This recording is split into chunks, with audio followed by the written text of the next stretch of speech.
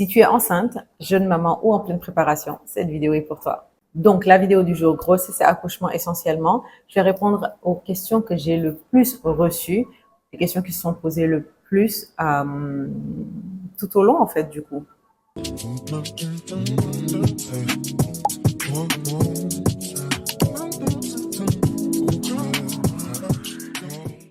Coucou la famille, comment vous m'avez trop manqué. Oh mon Dieu, je vous dois des excuses.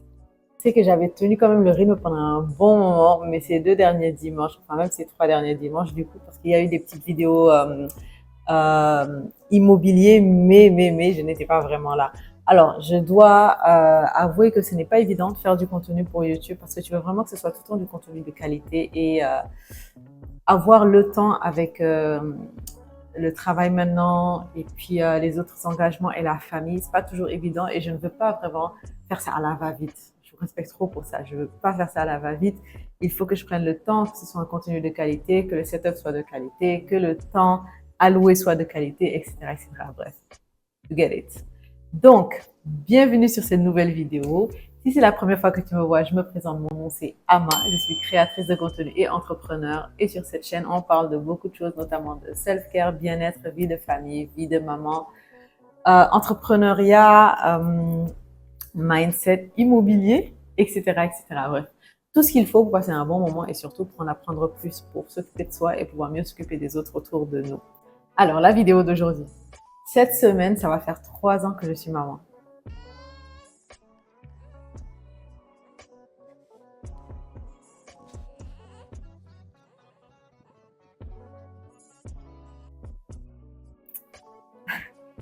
J'arrive toujours pas à y croire, c'est impressionnant. Mon cerveau capote toujours chaque fois que je pense, oh purée, je suis maman. Et là, je suis une maman d'une petite fille qui va avoir 3 ans. Donc, pour cette occasion, je me suis dit, pourquoi ne pas faire un petit Q&A sur la grossesse, l'accouchement et tout ce qu'il y a entre ces deux-là. Ah, et aussi le postpartum. On oublie souvent le postpartum, mais oui, le postpartum aussi. Donc, ça va probablement être une vidéo en 2 parties. Et là, ça va être la première partie. Je vais répondre aux questions les plus posées pour tout ce qui est grossesse, accouchement et postpartum. Alors, si vous me voyez regarder en bas, c'est que je vais lire les questions et je vais répondre. Franchement, je ne les ai pas, je me suis pas assise pour voir comment répondre à chacune des questions pour que ça sorte vraiment le plus authentique et le plus naturel possible. Donc, les réponses ne sont pas préparées. Okay? Alors, première question. À quel moment as-tu su que tu étais enceinte? Alors, comment j'ai su que j'étais enceinte? Il s'avère que je n'ai ressenti aucun symptôme jusqu'au jour où je voulais aller manger du mad. Bon, pour ceux qui me suivent sur les réseaux, vous savez que moi et le mad, c'est une grande histoire d'amour. C'est mon fruit préféré. Pour ceux qui ne connaissent pas le mad, comment je vous l'écrirais? Comment le décrire? En tout cas, si vous ne connaissez pas le mad, je vais vous mettre une petite photo comme ça, vous allez voir à quoi ça ressemble. C'est un fruit incroyable, c'est un fruit sauvage que j'aime beaucoup. Bref, j'en mange tout le temps, tout le temps, tout le temps, tout le temps, tout le temps. Chaque fois, en tout cas, que j'en ai la possibilité. Et un jour, j'étais en train d'aller prendre mon pot de mad, comme d'habitude, pour goûter un peu. Et j'ai eu un haut le cœur. J'ai su tout de suite. Parce que impossible que le mad me dégoûte. Impossible. Impossible que je veuille manger du mad et que j'ai une nausée. Et du coup, quand j'ai senti la nausée arriver ou le dégoût que j'ai eu pour le fruit, j'étais tellement choquée que je me suis dit, oh my God, est-ce que c'est ce que je pense? Et du coup, je suis allée acheter direct un test de grossesse le lendemain. Et puis, voilà. Donc, ouais. Après, ça ne m'a pas dégoûté par la suite. C'était vraiment juste sur ce moment-là. Après, j'ai pu en manger normal. Donc, je sais pas. C'était peut-être la façon la plus simple pour Dieu de me le dire avant que je n'aie à aller faire un test. Je sais pas. Quels ont été les premiers symptômes? Je dois avouer que les premiers symptômes, je ne m'en étais pas rendu compte, je n'avais pas réalisé. Et je l'ai su après parce que ma belle-mère m'a dit qu'elle s'en doutait un peu. Mais à part la nausée que j'ai eue en prenant le mad, je ne ressentais pas vraiment de symptômes alors qu'il y en avait. Les symptômes, c'était quoi? Justement, je dormais beaucoup. Enfin, déjà, j'aime beaucoup dormir de base, mais apparemment, je dormais plus que d'habitude. Et moi, je ne l'avais pas réalisé. Je pensais juste que c'était la période, il faisait chaud. Je ne sais plus quel temps on était. Ouais, il faisait chaud si je ne me trompe pas. Je ne sais plus. Non, non, qu'est-ce que je raconte? C'était dans le milieu de la grossesse qu'il faisait chaud. Donc ouais, je dormais plus que d'habitude, mais moi, je ne m'en étais pas rendu compte, je ne réalisais pas. Je pensais juste que j'avais un petit coup de barre, que j'étais fatiguée, qu'il faisait un peu frais, parce que je pense qu'on était en février, mars comme ça. On était en février et je pensais que c'était peut-être la fraîcheur qui faisait que je dormais plus. Mais je n'avais même pas réalisé que je dormais plus, mais c'était essentiellement ça. Sinon, je n'avais pas d'autres symptômes. C'est une fois que j'ai eu cette nausée-là, que je suis allée faire le test de grossesse et qu'après on a décidé d'aller voir un médecin pour confirmer la grossesse. C'est là que j'ai commencé après à avoir les nausées matinales, mais un peu plus tard. Donc, quand j'ai su que j'étais enceinte de 6 semaines et j'ai commencé à avoir des symptômes vraiment nausées de ce style-là à peut-être 3 semaines, un mois après, ou 2 semaines, 2 semaines, 3 semaines après, quelque chose comme ça. Mais honnêtement, moi, je n'ai pas vraiment eu de gros symptômes, pour dire vrai. Comment s'est passé ton suivi médical?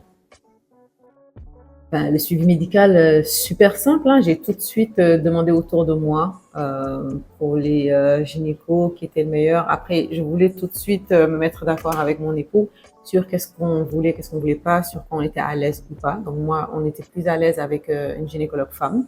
Donc on a cherché une gynécologue femme qui savait ce qu'elle faisait, puis qu'on avait eu de bons retours. Puis par la suite, on est allé voir et le feeling aussi est bien passé. Donc on s'est senti à l'aise et on s'est dit, bon, on continue comme ça. Du coup, on suivait vraiment exactement juste le calendrier du suivi. Je sais que j'avais pris quand même une application qui me permettait de voir à chaque étape où est-ce que j'en étais. Alors ça, je vous recommande beaucoup si vous êtes en état de grossesse. Je sais pas, ça crée un lien tout de suite, même quand tu ne réalises pas encore. Parce que ce qu'il faut savoir, c'est qu'au début de la grossesse, bon, à part peut-être les symptômes, le vomi, tout ça, tu ne réalises pas qu'il y a un être en toi. Je sais pas comment expliquer. En tout cas, pour ma part, c'était le cas.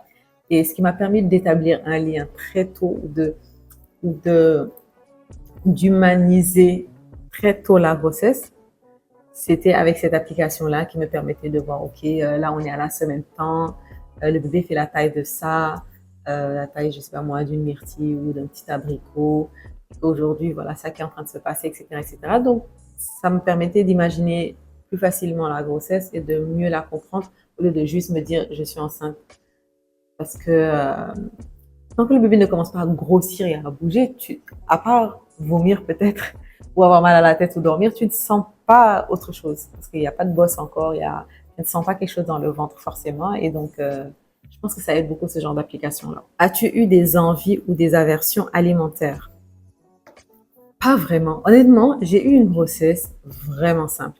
J'ai eu une grossesse enfin, à part la partie où je vomissais tous les jours. Le seul hic, je pense que c'était ça. Je vomissais tout le temps. Mais sinon, à part ça, je n'ai pas eu d'aversion, je n'ai pas eu des envies bizarres. Je sais que je peux avoir des envies, c'est-à-dire que, ok, là, franchement, j'ai trop envie de manger, je sais pas moi, un gâteau, mais pas des trucs très fous. Et ouais, quand j'avais une envie, si je pouvais l'assouvir, je l'assouvissais. Je me privais pas forcément, je faisais juste attention. Je sais qu'un truc que j'avais beaucoup envie, mais qu'on m'avait interdit, c'était les sushis, les fruits de mer en général, et c'est peut-être juste ça. Mais sinon, je n'ai pas vraiment eu de. Non, j'ai pas eu ça. Franchement, c'était super simple. Comment as-tu vécu les changements de ton corps? Ah, la grande question. Moi, ce qui est drôle, contrairement aux gens, en tout cas, ce que j'avais l'habitude d'entendre, c'est que les gens, ils prenaient du poids. Moi, je perdais du poids. Donc déjà que je suis une personne mince de nature, bon, maintenant un peu moins, mais avant, j'étais vraiment maigre. Toute mon enfance, toute mon adolescence, toute ma jeune période adulte, enfin toute ma période de jeune adulte, pardon.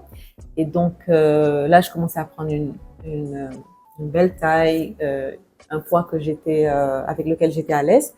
Puis je suis tombée enceinte et j'ai commencé à maigrir. J'ai commencé à maigrir. Je pense que euh, j'étais à 60 kilos. J'étais descendue à un moment jusqu'à 54 kilos durant la grossesse. Donc le ventre, quand il grossissait, moi j'étais en train de maigrir. C'était assez spécial. Mais les changements, après, je sais que j'ai commencé à avoir un peu plus là. Ça, j'étais bien contente.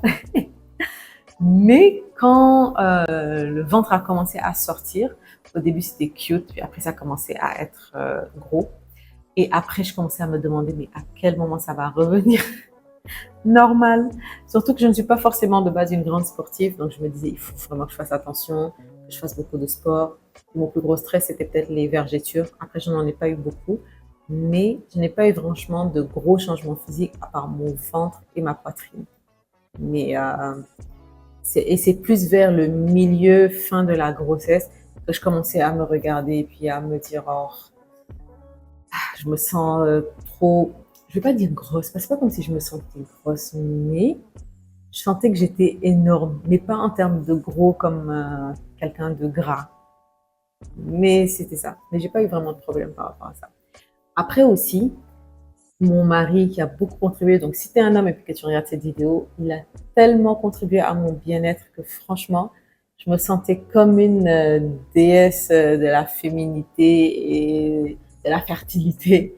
Tellement il me répétait à quel point j'étais belle, comment il m'admirait, on va dire. Il me montrait qu'il admirait mon corps, qu'il trouvait ça très beau, que je porte un enfant, la grossesse, franchement. Il m'a tellement empower, il m'a tellement mis en confiance que franchement, moi, j'adorais mon corps de grossesse. Comme j'ai dit, des fois, je me sentais lourde, mais sinon, il m'a tellement hypé en mode baby mama, tout ça, fraîche, etc., que j'ai franchement vécu ma best life pendant ma grossesse. Je me sentais pas moche, je me sentais pas bizarre. Même s'il y avait des petits changements, il me disait non, mais franchement, tu rayonnes, tu glows, ça se voit que tu portes la vie. Tu vois, des petits trucs comme ça, mais qui ont vraiment fait toute la différence. Donc, même si j'avais franchement même si j'avais eu des changements dans le corps, je ne les aurais pas. Peut-être que j'en ai eu, mais peut-être que je ne l'ai pas senti autant que j'aurais dû si on ne m'avait pas hype comme ça, on va dire. As-tu eu peur de l'accouchement? Ah ouais, maman! Je pense que c'était ma plus grande peur. Ouais. Dans ma vie, avant même de penser à avoir un enfant, je me suis toujours dit que je ne pourrais jamais accoucher normalement. Je ne sais pas pourquoi, je ne sais pas d'où j'ai eu cette pensée. Peut-être j'ai regardé des documentaires qui ont un peu joué dans mon esprit, mais moi j'étais persuadée, et je le disais depuis longtemps, je le disais que moi je pense que si j'ai un enfant, je ne pourrais pas accoucher par voie basse, parce que l'accouchement c'est quelque chose de trop dur. J'ai vu des vidéos de gens accoucher et je ne suis pas capable de gérer cette douleur. Je ne suis pas capable de faire ce que je vois que les gens font. Et du coup, moi j'étais persuadée que je ne pouvais pas pousser à ce point, que je ne pouvais pas avoir un enfant par voie basse. Pour moi, on allait me faire une césarienne, et que d'ailleurs, même si on me le proposait, j'opterais pour une césarienne directe parce que tellement je sais que mon corps ne peut pas gérer. Comme quoi, hein, c'est fou. Mais j'avais énormément peur de l'accouchement. Alhamdulillah, ça s'est très bien passé. Jusqu'à présent, quand je pense que j'ai accouché par voie basse, je suis choquée de moi-même. Je me dis, waouh, j'ai pu accoucher d'un enfant par voie basse. Ouais, je peux tout faire. Mais c'était ma phobie. Et d'ailleurs, je me rappelle, je faisais, pour ne pas avoir peur de la grossesse, parce que ça fait peur, moi ça m'a fait peur, je me disais, je vais étape par étape. Pour l'instant, je suis sur le premier trimestre, donc on ne va pas penser à l'accouchement, c'est loin, je ne vais pas y penser. Ensuite, on est passé au deuxième trimestre, c'est loin, je ne vais pas y penser. Même au troisième trimestre, je me disais, oh, j'ai encore plusieurs mois, puis j'y pensais pas. Jusqu'à ce qu'on me dise que là, mon terme approche, là, je commençais à stresser. Comment je vais faire? Mais dès que j'y pensais, je retournais à autre chose. Je me disais, non, non, non, bloc. On gérera ça le moment venu, au moment de l'accouchement. Je suis sûre qu'on saura quoi faire. Et d'ailleurs, quelque chose qui m'a beaucoup aidé, c'est que celle qui m'a préparée à l'accouchement, qui est d'ailleurs la prochaine question, m'avait dit, ce qu'il faut savoir, c'est que même si on était dans les bois, on était dans une case, ce qui arrive encore en ce moment aujourd'hui en Afrique, les femmes accouchent sans l'aide de personne. Il y a des gens qui accouchent tout seuls, tout simplement parce que le corps est programmé pour ça. Donc le corps sait déjà ce qu'il va faire. Donc ne t'inquiète pas, même si toi tu sais pas ce que tu vas faire, ton corps pourra se gérer tout seul. Donc oublie, toi tu dois juste te préparer psychologiquement pour être à l'aise avec ce que ton corps va faire. Et honnêtement, cette assertion-là, cette phrase-là, c'était tellement vrai que je me suis dit, ah ouais, c'est vrai, elle a raison. Elle a raison. Et donc chaque fois que je commençais à stresser par rapport à l'accouchement, je me disais, mon corps sait déjà ce qu'il va faire. Mon corps a été programmé pour savoir quoi faire dans cette situation-là. Et que même si j'étais seule dans la bourse, je pourrais accoucher toute seule. Donc, ne stresse pas. Le moment venu, tu sauras quoi faire. Et d'ailleurs, justement, la question d'après, c'est comment as-tu préparé ton accouchement? Eh bien, certains vont dire que ça fait tout bas.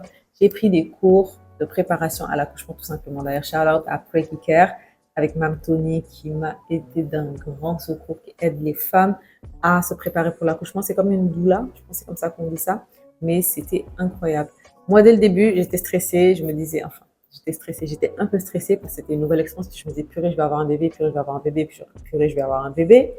Du coup, quand j'ai vu ça passer sur les réseaux, direct, j'ai envoyé un message. Ensuite, je suis allée à Kiraï, le centre Kiraï. J'ai déjà fait, je pense, une vidéo et un blog post dessus.